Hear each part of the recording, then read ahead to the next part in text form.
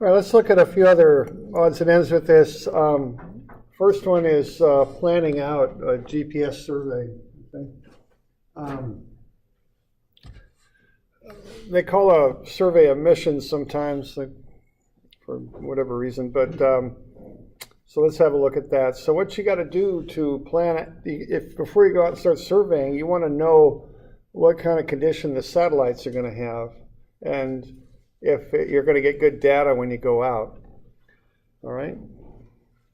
So what you do is you download an almanac, as it's called, and almanacs will tell you what's going on with the satellites, in the area where you're going to survey.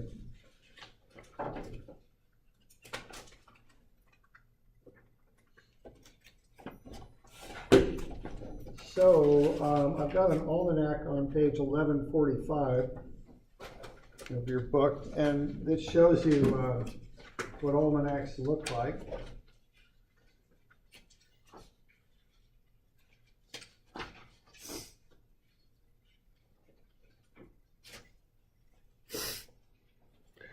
So they look something like this, and there's different versions of them.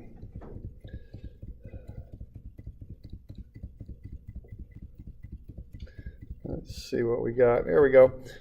So there's an almanac.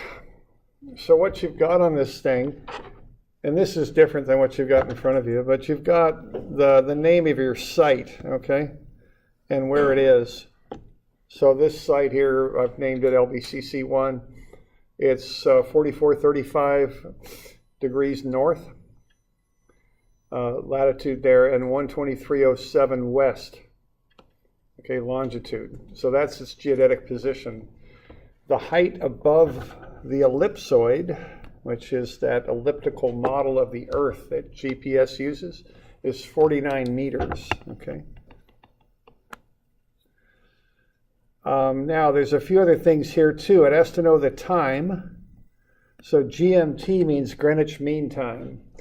So the Greenwich Meridian is a line that runs through England. This stuff was developed back when there was a British Empire around the world, so they were kind of the controlling power in the world. So they put the meridian through their country, and that's kind of the baseline for time on the Earth.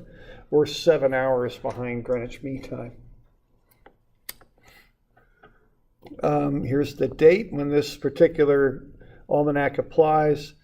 It was downloaded the almanac October 27th, even though we were using it in May. Okay, there's a cutoff angle of 15 degrees. Now what that refers to is you're kind of avoiding using those low satellites that don't get you very good data. So what I'm saying to that almanac when I set a cutoff angle is don't tell me about satellites that are lower than 15 degrees with the horizon. That's what I'm telling it. So basically I'm saying if here's my receiver, give me a 15-degree angle and exclude everything below 15 degrees, like that. So if there's a satellite out here, we're not going to use it because I'm not going to get very good data from it anyway, okay? So 15 degrees is a fairly common angle to cut things off at. Now, what you're getting out of that almanac and this particular software, this is Leica software, that's the equipment that we have, is the number of satellites that are up in the sky. Okay, so they're over here on the y-axis, so 0, 2, 4, 8, 16, or 8, 10, 12, etc., etc. Then there's just a column that indicates how many are up at any particular time. The time is running down here below. It's military time. So midnight is 0, and the next midnight is 24. Okay, so for instance, right there, that ain't going to be too good because you've only got 4 satellites in the sky. You're not going to get good enough quality data out of that. You want at least 5 up in the sky. Okay, that's going to be pretty good there because what? There's 11 satellites up there. That's pretty good. Okay. Now that data is further reinforced by DOP, dilution of precision lines. remember, you want low DOP, low DOP. When I got this equipment, they told me 8 or below for surveying. I generally now, I think 5 and below is what I want. Okay. And you can see the inverse relationship between the number of satellites and the DOP. Here the DOP's going down. There's only 5 satellites. Look what happens to that DOP. That's really spiking. That was not a good time to survey. Okay. Similarly right here. So when that DOP shoots up, don't survey at that time. You're not getting good data. Okay. So what you got to do is have a look at this stuff before you go out and make sure that the time you're going to go out is a good time to be out there. And it's not, it's different than conventional surveying again. It's got nothing to do with light and whether the sun's up or not. The best time to be surveying might be 3 in the morning if that's when the satellites are in their best configuration, okay? So you want to have a look at this stuff, look at the number of satellites. You want lots of satellites, and you want low DOP. That's what you want, okay?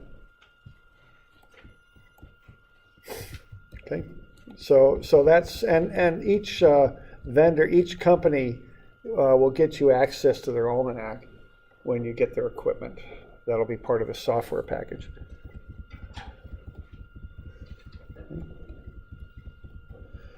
So, just for fun, why don't you have a look on page,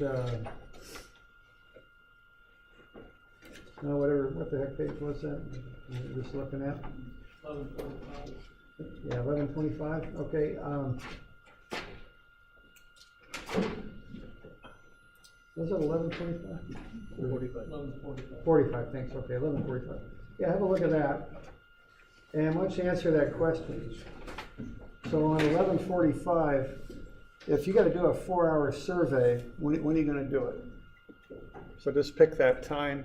And then if you want an hour, that's the worst time to be out there. What would the worst hour be? Statement problems.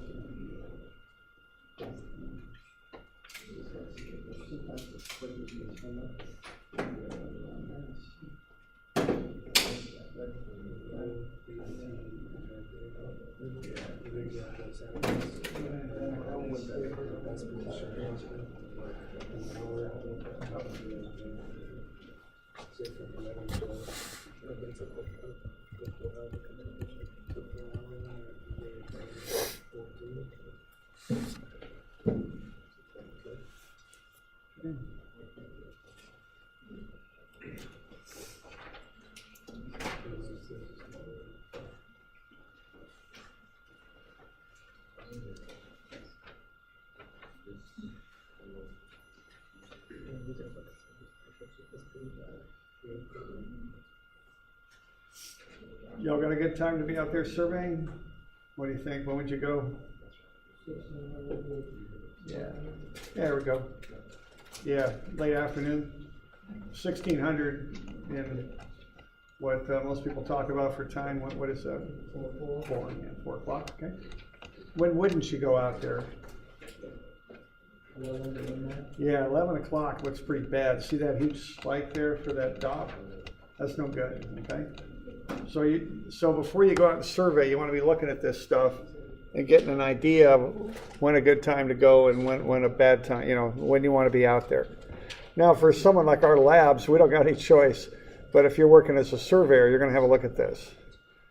And, don't waste, you're going to be wasting your time, okay? Okay, so that's called job or mission planning.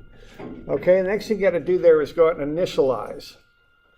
Okay, when a GPS unit finds and locks into available satellites, if you remember those little handhelds, they took a little while to kind of get locked in, didn't they, to kind of drop the distance down to their accuracy level? That's what it was doing, it was initializing. Same thing with our equipment. I had it out there initializing and somebody trying to help me put it inside the barn, so it shut that down, so we're no good with that. See, my equipment's older. I don't have I didn't think I got P code. I'm not sure, but I definitely don't got L2C code. And so it just, with the code I've got on that equipment, that older equipment, it takes a while to warm up. And I've literally had that stuff turned on for 15, 20 minutes. I've had one unit sitting right here that says it's reading 8 satellites, and one sitting right there, right next to it, that's reading 2. And this one just haven't initialized properly yet. You know, but they're right next to each other. They're seeing the same sky. They should be reading the same number of satellites. So yeah. Why is that though? Why is it? That's a good question. I don't have like a nice, ready, quick answer for it. It has something to do, obviously, with the signals coming to the receivers, and I don't know the technical aspects of how it identifies which satellite is which and then locks into it, you know, picks it up. I really don't know the technical aspects of that. And do they run on the same program? I would think so, yeah. I mean, I don't think there's anything tricky about how, you know, about the software aspect of it. But it seems to be dependent on the type of code that's being sent. But I don't know the ins and outs of that. Does the code determine the frequency you get? Let's see. You know, you might be right there. I think the L1 frequency only has CA code on it, and I just don't know the real tech end of this to be able to answer that. But I think you're right. I think L1 only has course acquisition code. To get the higher codes, it also infers you're getting two frequencies. Yeah, I think you're right. Okay, another thing to know about is the receivers are set to take a reading at a set time interval. That's called an epoch. Okay, that's somewhere between 2 and 10 seconds. You got to be sure that your receivers that used on a job are using the same epoch. Because if you got one that's going every 2 seconds and the other that's going every 5 seconds, they're not going to correlate to each other for your differential surveying, okay? So you got to be sure on that you've got everything set to the same epoch.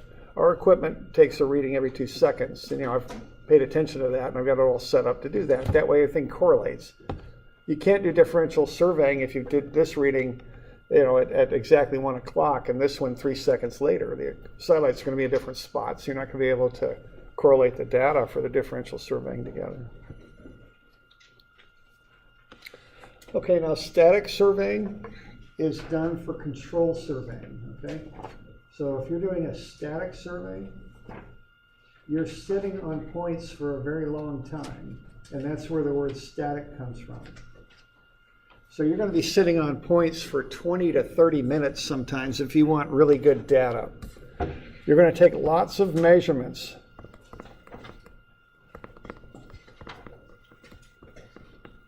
And you're going to use statistics to get everything kind of figured out.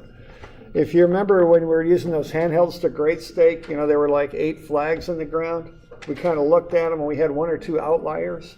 Your software is going to see stuff like that and throw those outliers out because they're not really good readings, okay? So what you do with static surveying is you're doing usually some type of control surveying.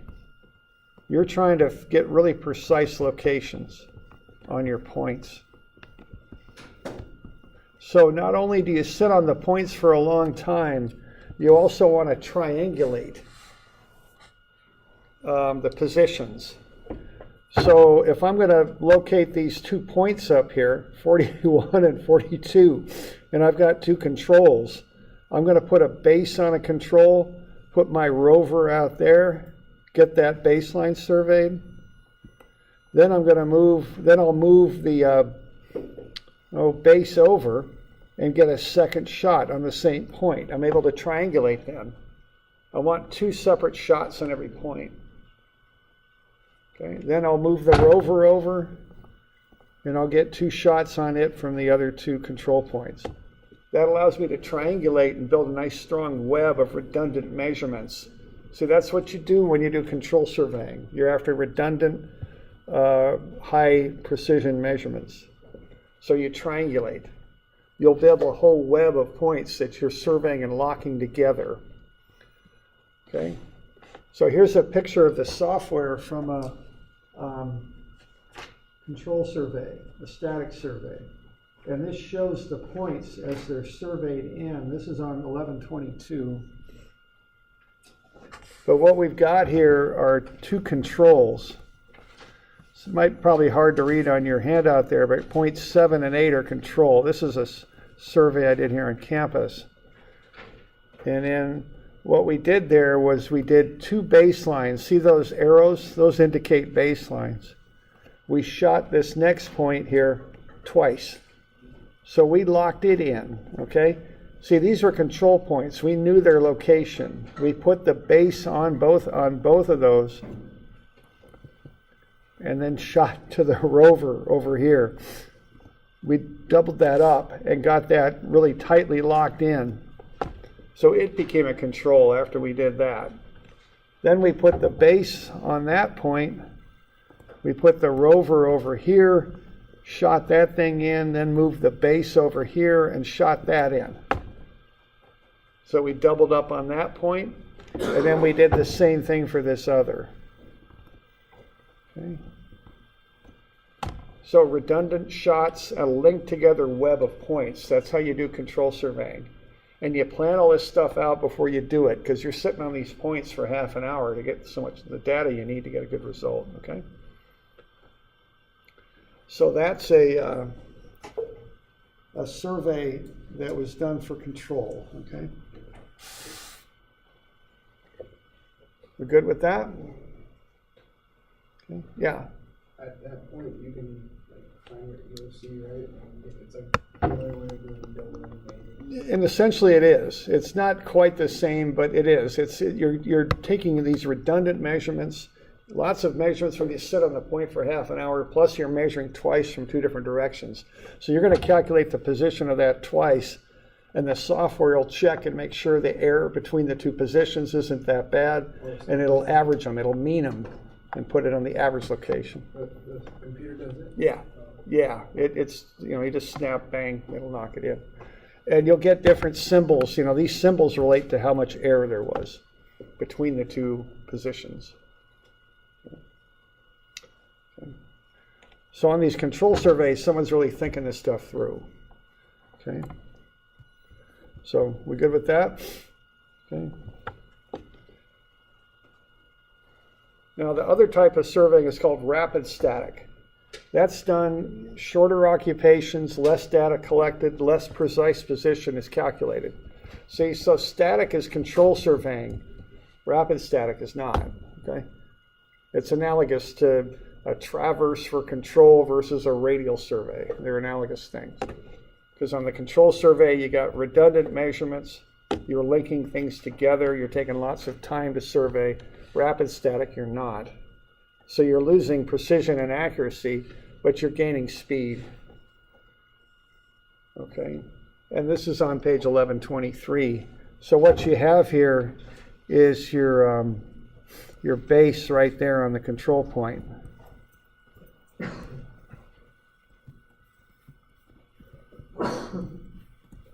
And then you're just kind of shooting out baselines to the locations of the points.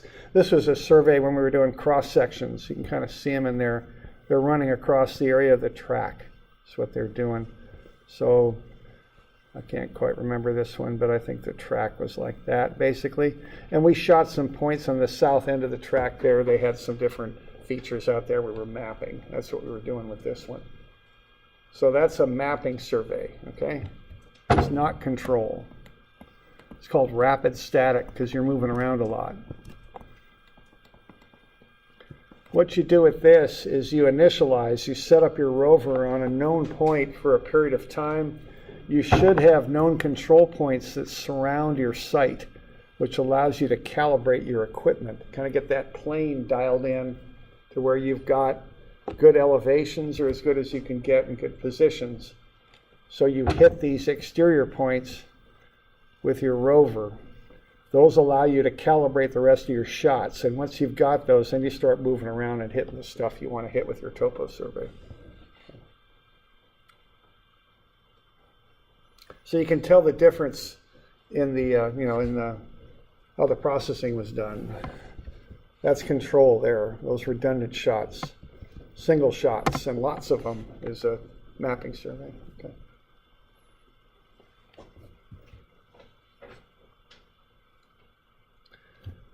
All right, so when you're doing boundary and control, you do static, okay?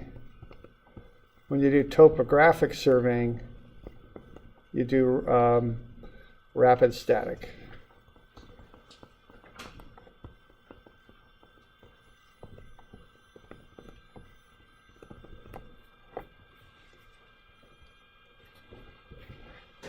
Okay.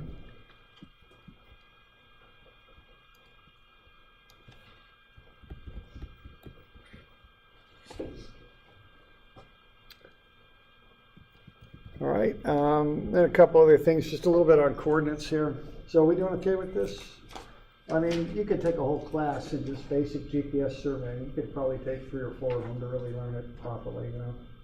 It's got a lot to it. It's not just setting up an instrument, turning an angle, and shooting a distance. It's a whole different thing.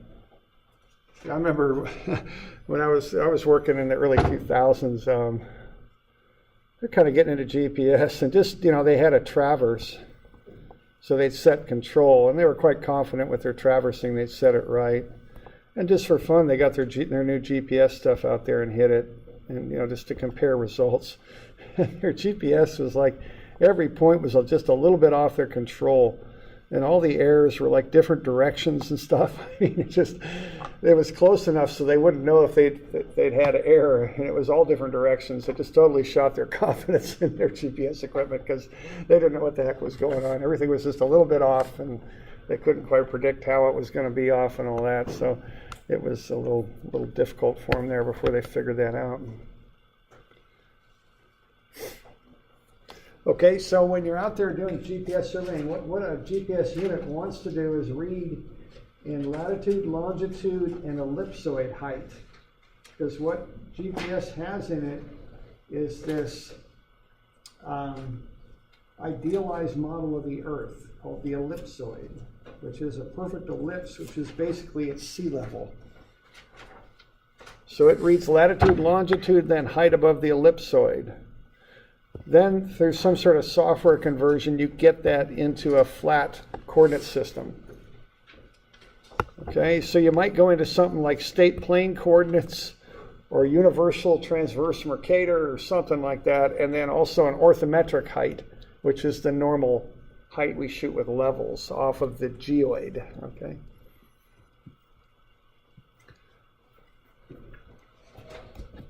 All right, so remember, we got the ellipsoid. That's what GPS uses because it's a mathematical device. That's taking an ellipse and rotating it around the poles. The geoid is taking a big ocean on the Earth, and it kind of moves up and down and undulates a little bit depending on the strength of the gravitational pull at different locations, okay? So what kicks out of a GPS is latitude, longitude, and importantly ellipsoid height, which doesn't always make a heck of a lot of sense as far as the actual heights above sea level that we use here, which are orthometric heights. And just for an example of that here, our ellipsoid height here for LBCC is 49 meters. Our orthometric height right around here is something on the order of about 240 feet. Okay, and I'm not the best calculator in the world, but 49 meters, there's about 3 feet to a meter. That don't come out to be 240 feet. So those are working off of completely different datums, okay? So you got to be real conscious of what datum you're calling out when you start doing GPS work, because if you're using one datum and your equipment's running in another, you could have a real mess on your hands pretty quick if you're not paying attention to that, okay? But this is more like 150 feet above the ellipsoid, but it's 240 feet above sea level for orthometrics, okay? So just be aware of that.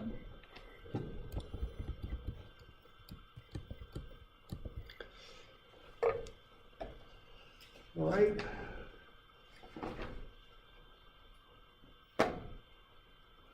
Okay, why don't you have a look at 1143 and 1144?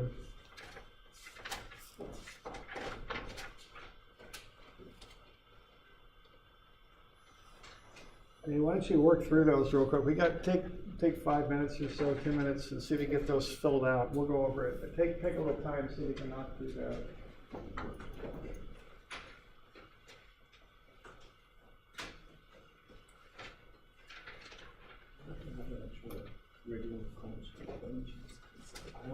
I might not wear. I'm trying to see. Yeah, I can cook you up one. Everybody got one of them? Anybody? No. Okay, I'll get you one. What page number was it? What page number? 968.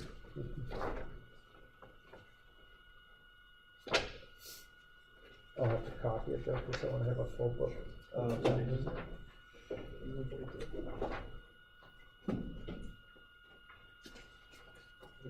Is that it? Okay. All right, I'll be back.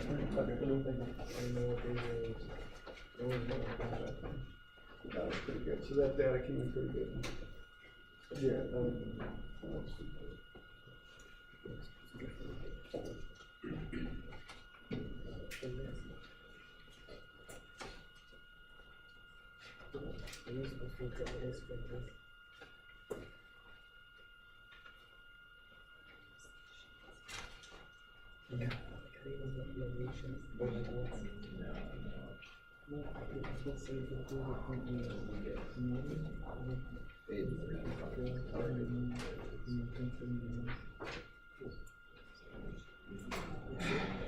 This is like those. Yesterday, this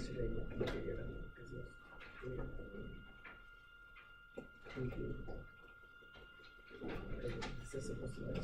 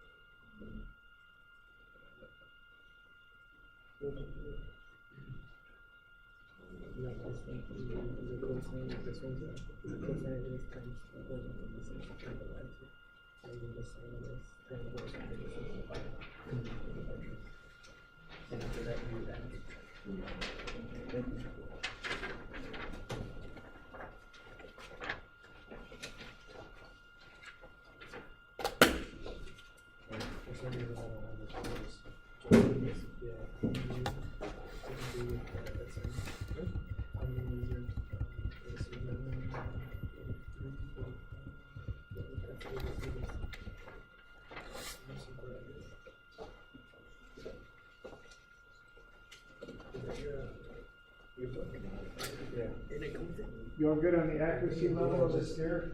Number one? You know, surveying level for accuracy, what do you think? Go ahead, number one? Yeah, this stuff will be centimeter level, yeah. So that's that first one.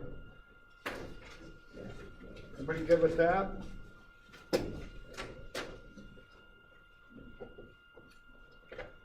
And then on 4, 5, and 6, I probably should have used, instead of kinematic, I should have called that rapid static. That's probably what I should have called that, okay?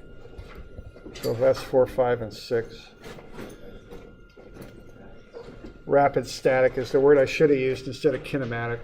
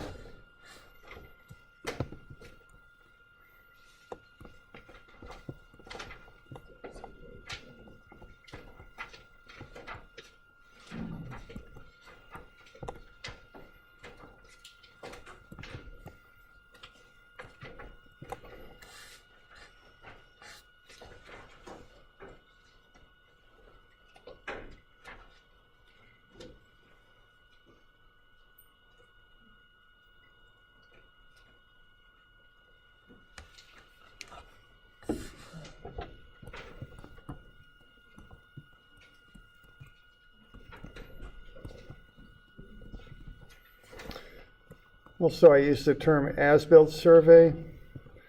It's a mapping survey.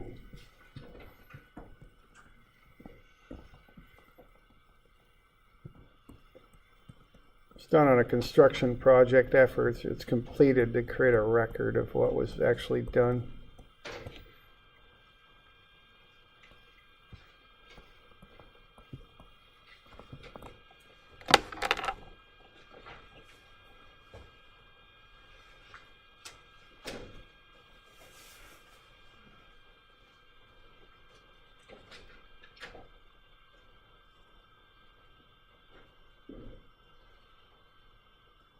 Yeah,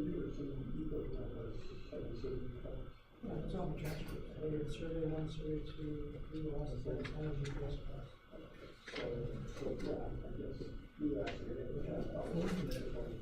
Okay, yeah, because now it doesn't push me over for 20 minutes, and then I can run the computer stuff for teaching them how to turn it on. Perfect. You just gotta, do something with it.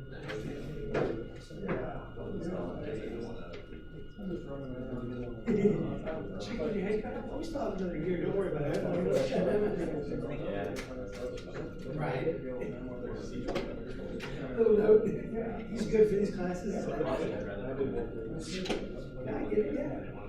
Maybe next time I work, so. Yes. Okay. Yeah, that works too. Okay. So did they ever say anything about the PLS thing? No, I never heard it. Fix my numbers. I think once you fix those, Yeah, it's fine. It was weird. Yeah, they made me like, as a student, I can't be first one now. I'll check them out. I just talked about your surgery classes. You want to talk about No, go ahead right now. She wants to do, doesn't it? yeah, all the stuff.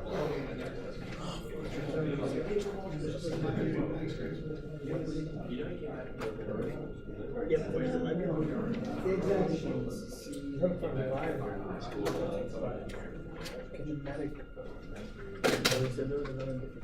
You guys doing all right on this stuff? Oh, shit. What was the name instead of kinematic? Instead of kinematic, it's rapid static. That's what you were talking about. Okay, so number 2 there, how long do you set on points for when you're doing static? 15. Yeah, 15 to 30, okay. Okay, number 3, static surveying, what do you use that for?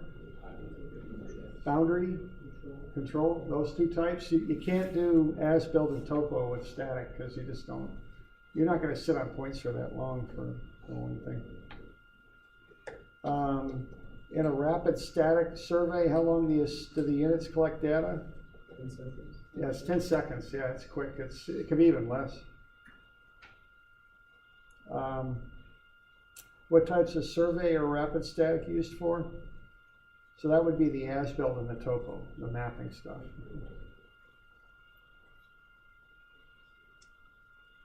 How many satellites do you have to keep in contact with if you're going to do surveying level work? Yeah, 5. Okay.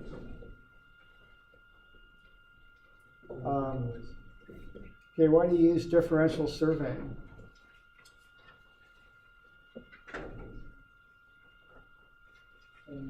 Yeah, same errors. Okay, so it's the middle one. By getting the same errors at the same time, essentially they cancel out. You can get the distance between the points because you already know the coordinate where the base is at. All right, so atmospheric error. What's that? That's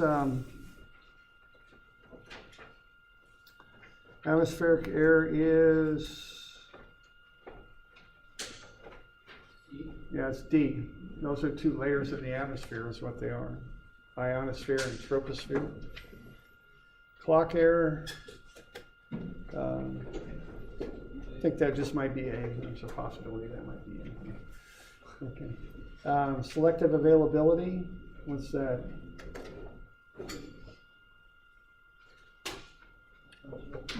That's E. Okay, that's the intentional error by Department of Defense. Multipath is B, the reflection off surfaces. Bouncing waves is basically what multipath is. And then the orbital error is also called ephemeris error is the term for it. The orbital error is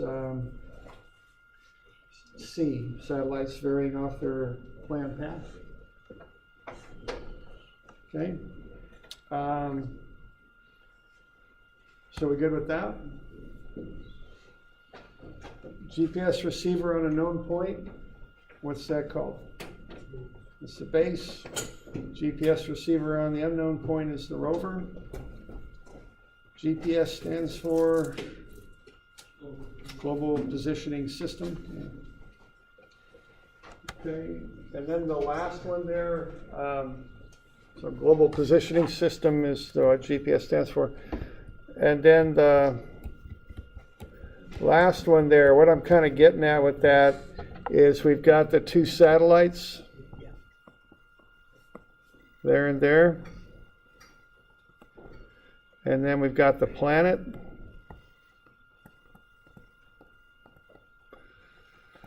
So what we've got here is it takes 3 seconds from A and 2 seconds from B. They travel 2.5 centimeters in a second. So 3 seconds will be 7.5 centimeters. Like that. You with me there?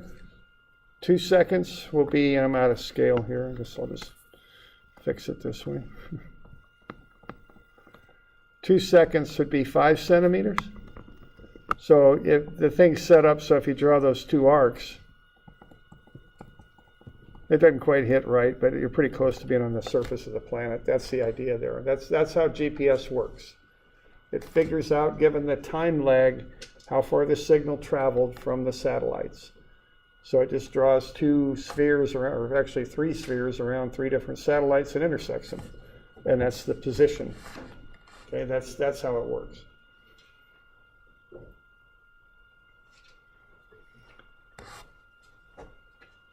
Where does the 5 centimeters come from? 5 comes from taking 2.5 centimeters a second times 2 seconds. And same thing with the 7.5. So 2.5 times 2. What? What happens to the B satellite? B? Here's A and B. I mean, I don't know, when you say what happens to it? Yeah, because I thought B was up there in 3 seconds. Or it takes 3 seconds for B to... It's taking the signal 3 seconds to travel from A to the planet there, and 2 seconds to travel from B to the planet. So we're kind of looking at that instant. Here's A, here's B. It's taken this long for the signals to get to the planet. So how far, you can figure out how far you were from the satellite at that time. That's the idea. Okay. All right.